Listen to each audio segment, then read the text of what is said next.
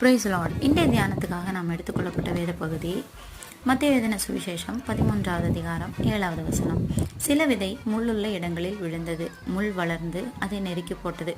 நம்மள அநேகர் இந்த உவமையை கேட்டிருப்போம். ஏசப்பா இந்த உவமையை குறித்து ஒரு விளக்கத்தையும் தம்முடைய சீஷர்களுக்கு சொல்றாரு. விதைக்கிறவன் விதைக்கும் போது சில விதை முள்ளுள்ள இடங்கள்ல விழுந்ததாம்.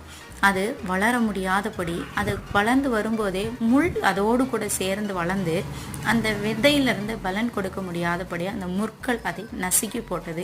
அதே மாதிரி நம்முடைய வாழ்க்கையில நம்ம கர்த்தருக்காக வளர வேண்டும், ஏதாவது ஒன்று செய்யணும் அப்படின்னு நம்ம எழும்பும்போது இந்த முற்களை போன்ற பாவங்களும் உலக இச்சைகளும் நம்மளை நெருக்கி போடாதபடி, இந்த முள்ளுள்ள இடத்துல விதைக்கப்பட்ட விதைகளாய் நீங்களும் நானும் மாறிவிடாதபடி நம்ம நல்ல நிலத்துல விதைக்கப்பட்டவர்களாய் கர்த்தருக்காக 30, 60, 100 மேனியாய் பலன் கொடுக்க வேண்டும் என்று அவர் விரும்புகிறாரு.